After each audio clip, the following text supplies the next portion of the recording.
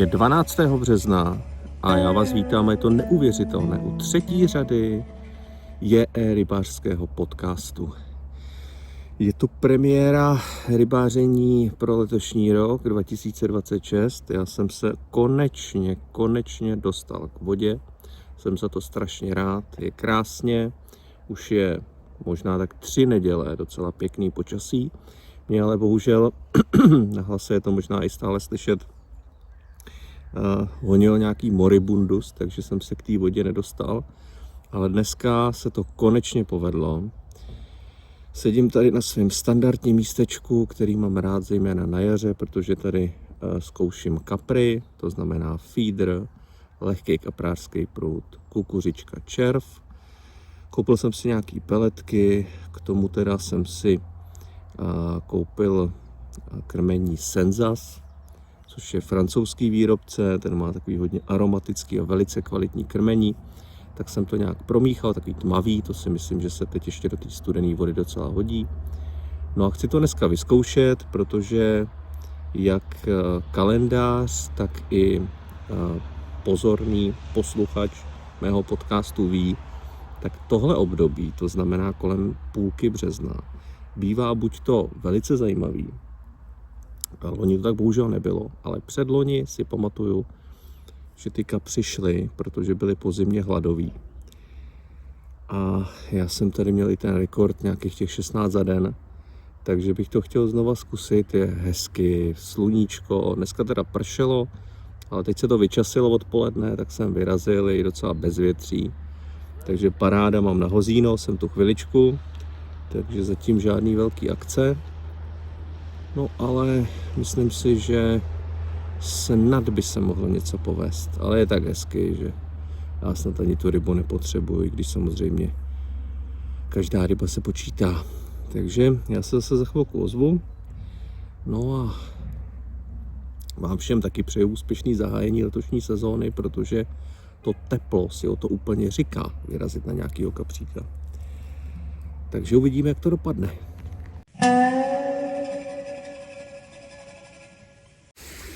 Tak, je tu dokonalý klid.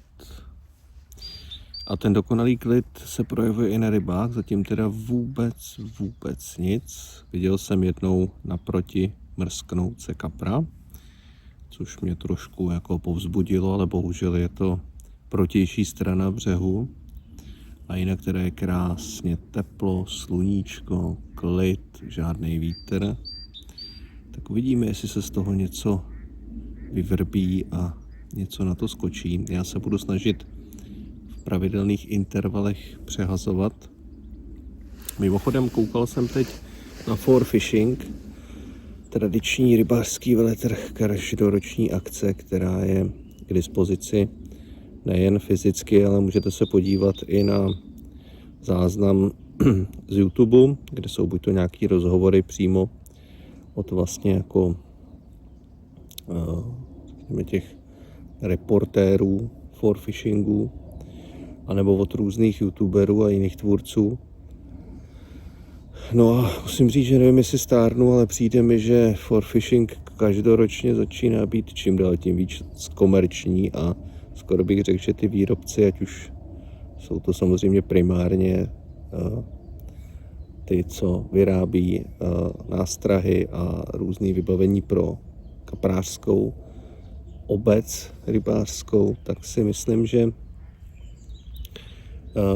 ať už jsou to tyhlety, tak i ty, co tam nabízejí třeba Přívlač, jako mý oblíbený nástrahy CZ, tak už to začíná jako být takový hodně komerční a skoro bych řekl, že ty výrobci už skoro nemají co nabídnout, tak vymýšlí nejrůznější bejkárny, protože když si potom poslechnu Kučeru, Nikla nebo třeba někoho právě z těch nástrah CZ, tak si říkám, jestli už ta rybařina není trošku za hranou a jestli už ta tendence nabízet rybáře jako zákazníkovi všechno možný není už jako trošičku přehnaná, protože upřímně mně přijde, že každý vybavení a každá nástraha, možná u těch nástrah tolik ne, ale u toho vybavení když si koupíte nějaký kvalitní navijáky a pruty, tak by vám měly nějakou dobu vydržet.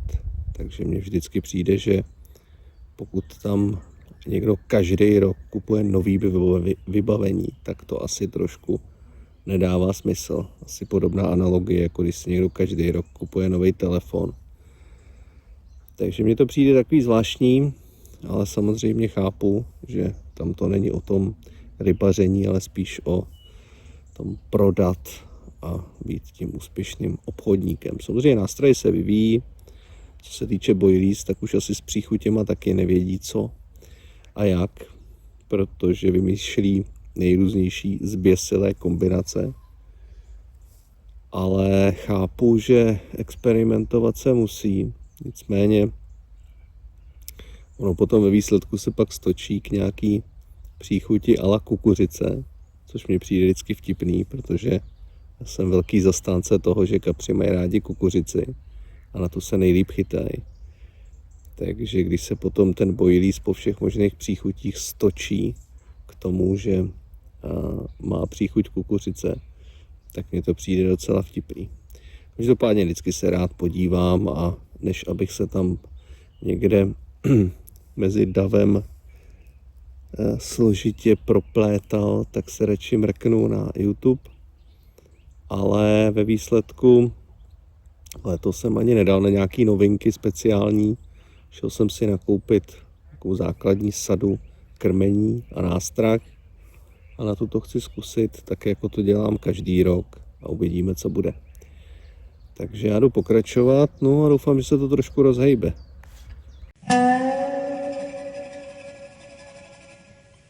No a než jsem se stačil poslechnout, jak jsem se v předchozím díle vykecával o forfishingu, tak zabrala ryba.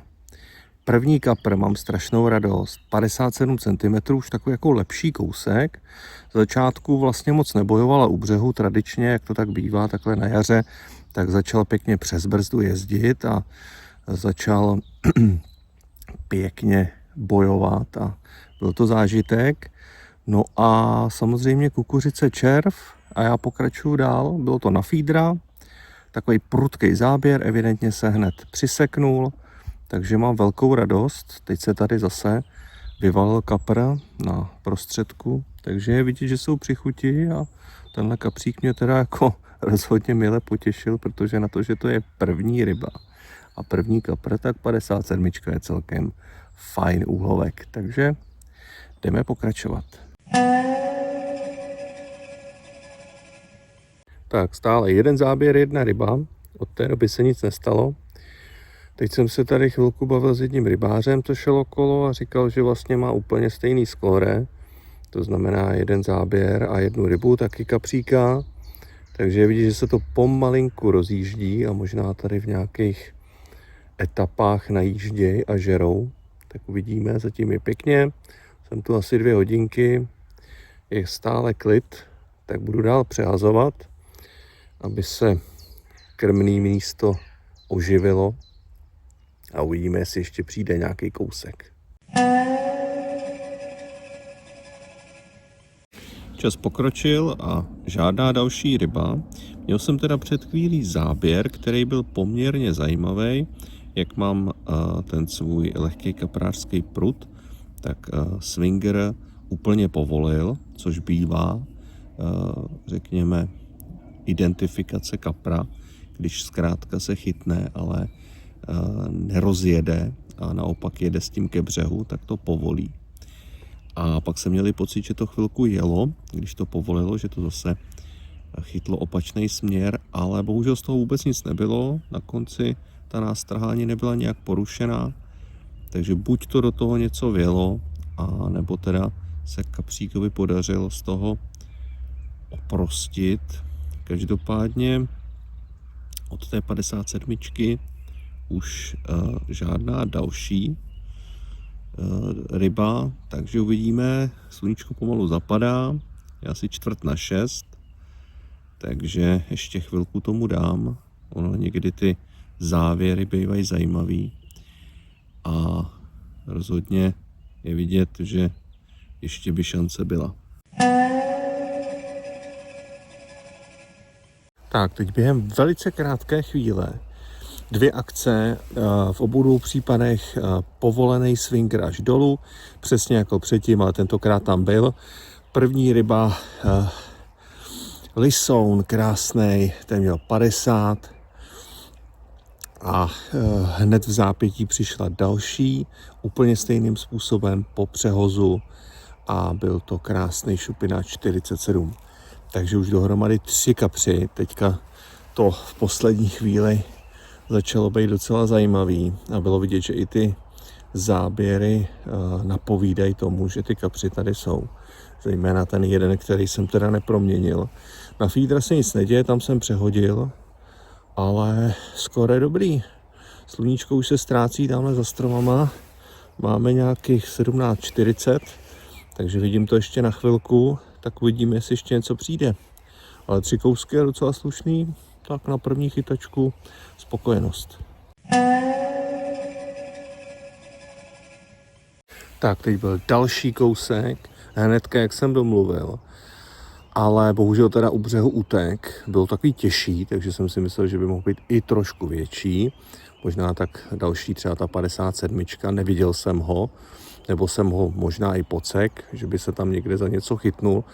Netuším, každopádně místo rozkrmený a přesně se děje to, co už jsem tady zažil několikrát, nához, kapr a evidentně najeli, takže ještě to zkusím. Tak přátelé, konečné číslo je 7. Už je skoro tma, protože už bude za půl hodiny 7. Já jsem radši už pak nenahazoval, protože pak už přicházely ty kapři na oba 2 pruty. Takže jako stalo se to, co se tady stává, já jsem za to strašně rád. Odcházím plný dojmu a myslím si, že na první chytání je to jako velice šťastná 7. Kapříci pěkný, pak už to byly i nějaký menší kousky, jak třeba kolem 45, já už jsem to pak ani neměřil, aby byly rychle se zpátky ve vodě. A hlavně je to ta situace, kdy najedou a vy víte, že když znova nahodíte, tak tam znova zase další bude. A v tu chvíli je dobrý si říct, tak jako 7 je fajn, tak běž domů, za chvilku je tma, akorát to tady zamotáš. A to je přesně můj případ. Takže já se s vámi loučím a jsem rád, že jsme mohli takto skvěle zahájit rok 2026 a rybářskou sezónu. No a budu doufat, že mi zůstanete věrni i v tomto roce v rámci JE rybářského podcastu. Takže Petru zdar.